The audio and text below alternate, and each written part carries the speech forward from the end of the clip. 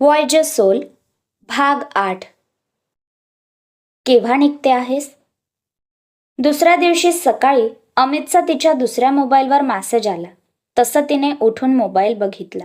रात्रीसुद्धा late night तो तिला बॅगेत काय घ्यायचं आहे आणि काय नाही घ्यायचं या बाबतीत सूचना देत होता.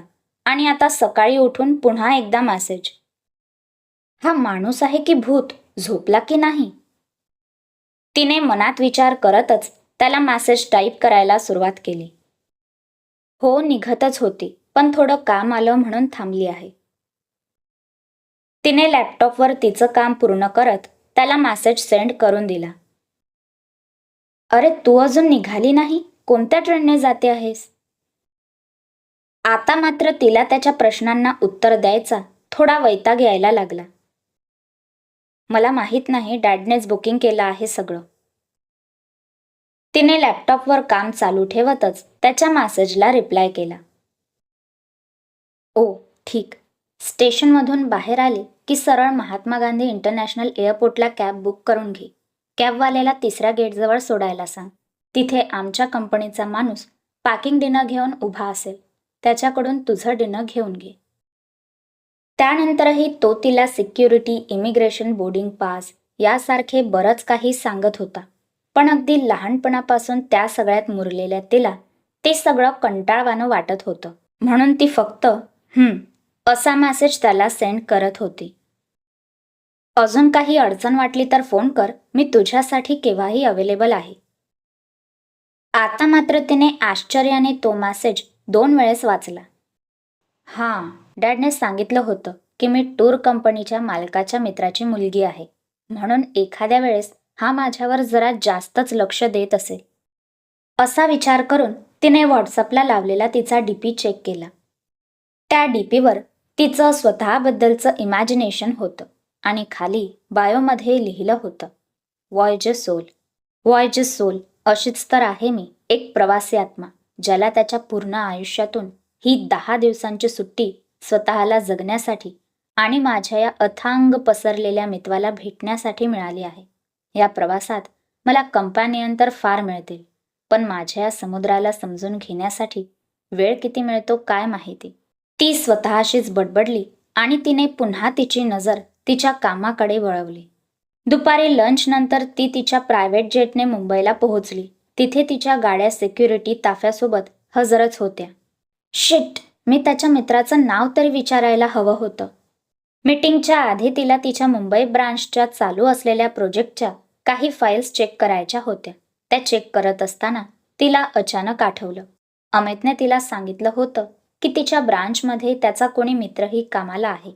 पण जिथे तिला त्याचंच पूर्ण नाव माहीत नाही, तिथे त्याच्या मित्राचं तरी काय माहीत असेल. रिया यार, तू अजून बॅग घेऊन आली नाहीस. मला एअरपोर्ट पोहोचायचं आहे. तिने मनगटावरच्या घड्याळात बघत रियाला कॉल केला. तेवढ्यात रिया तिच्या रूमचा दरवाजा खोलून आत आली. अगं, येतच होती, थोडा धीर तर धरायचा. आणि तसंही अजून तुला निघायला वेळ आहे, एवढी का घाई करतेस? मी कशाची घाई करते? तो अमित बघ ना, थोड्या थोड्या वेळात निघालीस का म्हणून मेसेज करतो आहे. त्यातल्या त्यात त्याने मला इतक्या वेळा एअरपोर्टवर गेल्यावर मला काय फॉर्मॅलिटी करायची हे सांगितलं आहे की अगदी त्याचा शब्दनी शब्द मला पाठ झाला आहे. तिने रियाला सांगितलं आणि तिच्या हातातल्या एका हँडबॅगमधून आता घालायचा ड्रेस घेऊन वॉशरूममध्ये गेली. पण तो तुझी काय एवढी काळजी करतो आहे? तिने दरवाजाबाहेर उभं राहून विचारलं.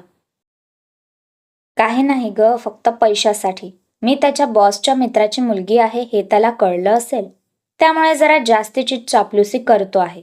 आता मी त्याला हे तर सांगू शकत नाही की बाबा रे, तू मला या छोट्या छोट्या फॉर्मॅलिटी काय सांगतो, पूर्ण जेटच माझ्या नावाचा आहे. ती कमरेचा बेल्ट लावत बाहेर आली आणि हसतच रियाला म्हणाली.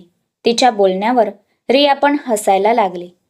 चल, तू येते आहेस ना मला सोडायला? तिच्या बोलण्यावर रियाने तिची मान होकारात हलवली आणि मग दोघीही निघाल्या एअरपोर्टकडे. एअरपोर्टकडे जाताना मात्र आता नाथ सोबत तिची सिक्युरिटी नव्हती म्हणजे तशी तर होती, पण फक्त हिडन. मला तर इथे काहीच कळत नाही आहे. काय करावे, तू सांगितलेलं सगळं मी विसरून गेली. रियाला बाय करून नाज एअरपोर्टवर आली. तिथली गर्दी बघून तिला पहिल्यांदा अनकम्फर्टेबल झालं, कारण तिला अशा सामान्य गर्दीची सवय नव्हती. कशी तरी स्वतःची लगेज बॅग सांभाळत तिने आतमध्ये एंट्री केली. स्वतःचं जेट असताना नाज पहिल्यांदा बोर्डिंग पाससाठी लाईनमध्ये उभी राहिली. अमितने सांगितल्याप्रमाणे तिने बोर्डिंग पास घेतल्यानंतर एका बाजूला चेअरवर बसून घेतले. खरंच त्याने 2 दिवसापासून एअरपोर्टबद्दल जे पाठांतर करून घेतलं होतं ते आत्ता कामात आलं. नाही म्हणायला असा अनुभव पहिल्यांदाच मिळतो आहे. लाईफमध्ये कधी कुणाचा धक्काही लागला नाही आणि इथे मात्र लाईनमध्ये उभे राहून बोर्डिंग पास घ्यावा लागला. विचार करत ती स्वतःशीच हसली. तिने घड्याळात पाहिलं, रात्रीचे 10 वाजले होते आणि तिची फ्लाईट 12:10 होती. मी केव्हाही अवेलेबल आहे. तिला त्याचं वाक्य आठवलं. इथे 10 म्हणजे त्याच्याकडे 12:30 झाले असतील. चला बघूया तरी किती अवेलेबल आहेत अमित सर. स्वतःशीच हसत तिने त्याला मेसेज सेंड केला. काय झालं मला व्यवस्थित सांग. पण आश्चर्य, तिला दुसऱ्याच मिनिटाला रिप्लाय आला. यार अमित, मला भीती वाटते आहे.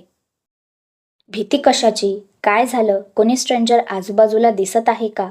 तू तुझं लगेज कुठेही एकटं सोडू नकोस, त्याला सोबतच ठेव. त्याने तिला मेसेज केला. अरे हा माझीच एवढी काळजी करतो आहे की सगळ्यांचीच करतो? ती विचारच करत होती की तिला पुन्हा त्याचा मेसेज आला.